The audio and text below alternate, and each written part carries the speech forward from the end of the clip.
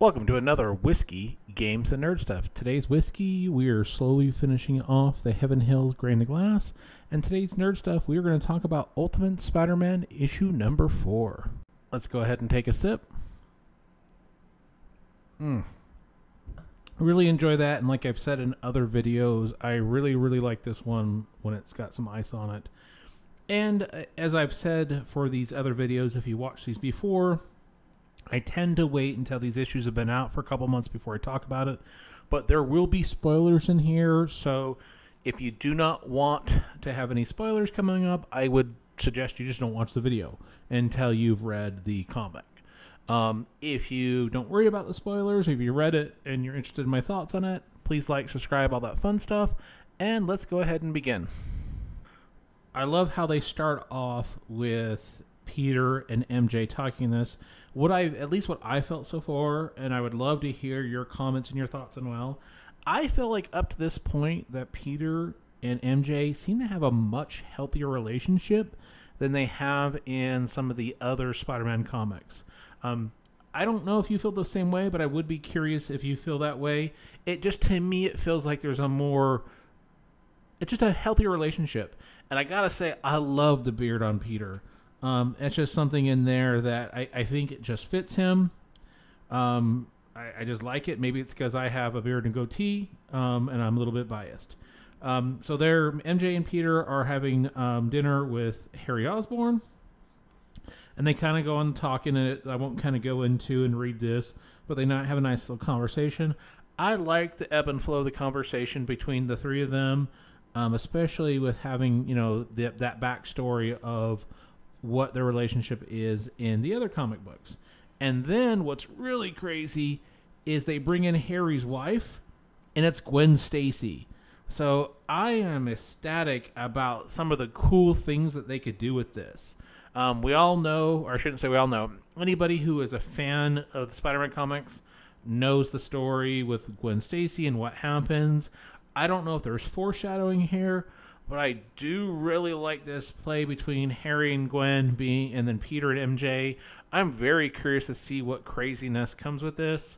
I've got some theories about what's going to happen, but I really thought this was it was like oh my god. And then, as always, the only part that I usually will typically read is the summary part. 20 years ago, the Maker prevented a radioactive spider from biting a young Peter Parker. He likewise prevented the creation of any other superheroes and formed a secret council to rule the world from the shadows. 3 months ago, Tony Stark sent Peter, now a married father of 2, that same radioactive spider along with a Picotech suit and warnings of the Maker's Council. The spider's bite gifted Peter incredible powers that he used to aid a masked vigilante called Green Goblin against an assassination sent by Wilson Fisk, an agent of the Maker's Council. Somehow Green Goblin was able to take control of Peter's Pico suit and expose his identity, but he also revealed himself as Harry Osborn, the billionaire heir of Oscorp Industries. Let's go ahead and take a sip. And of course, the writer is Jonathan Hickman. Guest artist on this is David Messina. Here's the various other people. I gotta say, I really love the story in this. This is a comic book that's really gotten me excited. Gotten back into comics again. I like where this is going. I hope they kind of go with it where some spots that will probably upset a few people, but Spider-Man, Peter Parker, has always been defined by the tragedies in that's happened to him, and I'm very curious to see what they're going to do, and I would love to hear some thoughts and opinions of what everybody else thinks. So there's kind of more of a conversation between Gwen, Peter, and Harry. And what's the interesting thing is if you'll notice through some of these panels, they have the reflection of different people that are talking. And I don't know if that's foreshadowing or hinting or something that's going on. But I found that very interesting. This kind of goes into, you got Jonah and Uncle Ben kind of talk at the house. They go back to the conversation that they're having. And one of the things that really struck me is this right here. where they talk about, she says, Gwen says, people need heroes, you know, and she's looking right at Peter, and it's something about that look that she has for Peter. I feel like there's a connection there. I feel like there's some sparks there. It's going to be very interesting to see how this plays out with Harry and Gwen and MJ. So they continue to talk. They have a good conversation. It flips back to Uncle Ben, you know, talking to the kids. And then that kind of goes into Gwen asking to set up a meeting with J. Jonah and Uncle Ben because MJ was kind of handling the PR for him. And here's what's really crazy. So then it kind of goes into a conversation between Peter and Harry where Peter had told Gwen. And he's lecturing Peter on being honest, and he makes a comment on one of these panels. It's this particular comment in the panel: you seriously think you can live this life and insulate the people you love from the consequences? To me, that's just foreshadowing to the extreme. So really, really curious to see what's going to happen.